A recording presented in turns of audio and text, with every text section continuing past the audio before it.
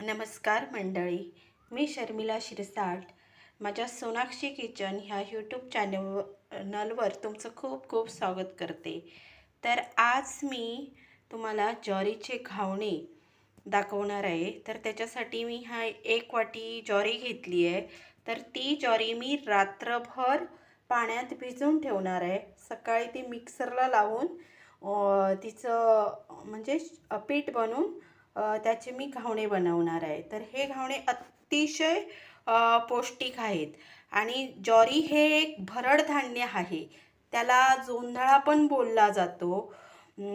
ज्वारीमध्ये मोठ्या प्रमाणात फायबर असतात, प्रथिने असतात, लोह असतं. पूर्वी ज्वारी हे गरिबांचं अन्न होतं, पण आता ज्वारी हे श्रीमंतांच्या घरात सुद्धा आवश्यक धान्य बनलं आहे. कारण याच्यामध्ये जीवनसत्वे भरपूर असतात, रोगप्रतिकारक शक्ती असते, साखरेचं पातळी नियंत्रित ठेवण्याचं काम ज्वारी करते. त्यामुळे हे अतिशय एक महत्त्वाचं असं अन्न आहे, पौष्टिक आहे. त्यामुळे प्रत्येक पदार्थ बनवून आपण ते खाल्लं पाहिजे. मग आज मी ह्याचे घावणे बनवणार आहे. तुम्ही पण नक्कीच काहीतरी बनवून भाकरी बनवा. त्याच्या ल्हायापासून चिक्की बनवू शकता. अनेक पदार्थ बनवले जातात. सॅलड बनवलं जातं. तर आज मी तुम्हाला घावण्याची रेसिपी दाखवणार आहे. प्रामुख्याने आमच्या कोकणात तांदळाचेच घावणे बनवले जातात, पण आज मी हे ज्वारीचे घावणे बनवणार आहे. तर ही रात्रभर भिजलेली ज्वारी आहे. ती मी आता मिक्सरला लावून घेते.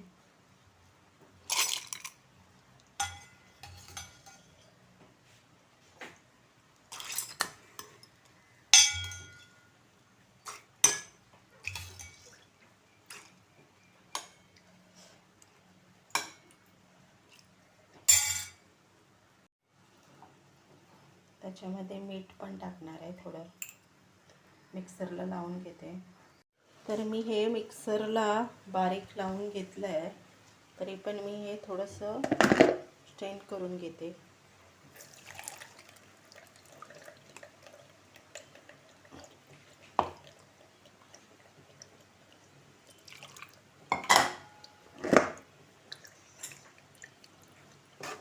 थोडंसं ते पीठ जाड आहे.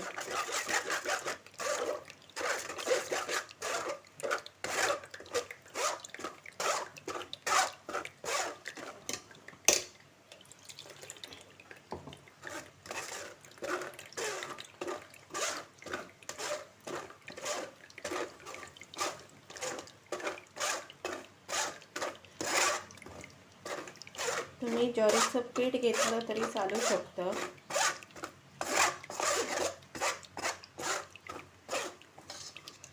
आता हे परत एकदा मिक्सरला लावून घेते.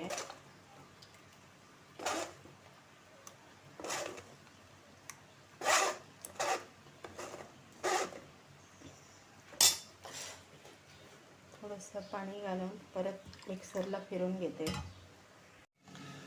तर हे पीठ तयार झालेलं आहे.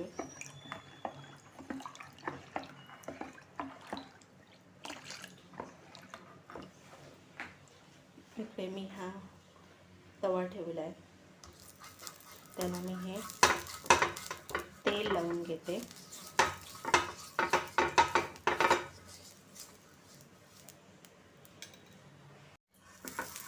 अशा प्रकारे तेल लावून घ्यायचं ह्या कांद्याच्या साह्याने.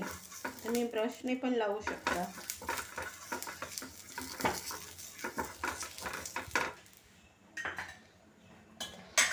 हे व्यवस्थित भरून घ्यायचं.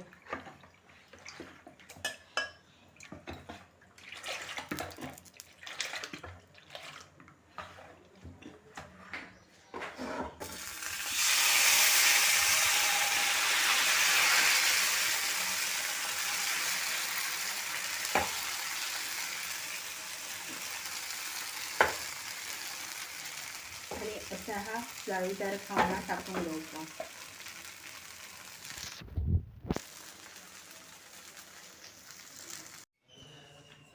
अशा प्रकारे हे ज्वारीचे घावणे तयार झाले आहेत. तर मी ते चहासोबत खाणार आहे. तुम्ही ह्याच्याबरोबर शेंगदाण्याची चटणीसुद्धा घेऊ शकता किंवा नारळाची चटणीसुद्धा घेऊ शकता. थोडंसं ओलं खोबरं घ्यायचं, त्याच्यामध्ये कोथिंबीर घालायची, मिरची घालायची, थोडीशी लसूण घालायची, थोडंसं आलं घालायचं, जरासं जिरं टाकायचं, चिमूटभर साखर आणि चिमूटभर मीठ टाकून ते मिक्सरला लावायची. ही चटणी झाली. शेंगदाण्याची करायची असेल तरी पण तसंच करायचं. थोडंसं शेंगदाणा, थोडंसं खोबरं घ्यायचं, नाहीतर नुसत्या शेंगदाण्याची हे करून बाकीचं सगळं साहित्य घालून चटणी करायची आणि तीसुद्धा छान लागते.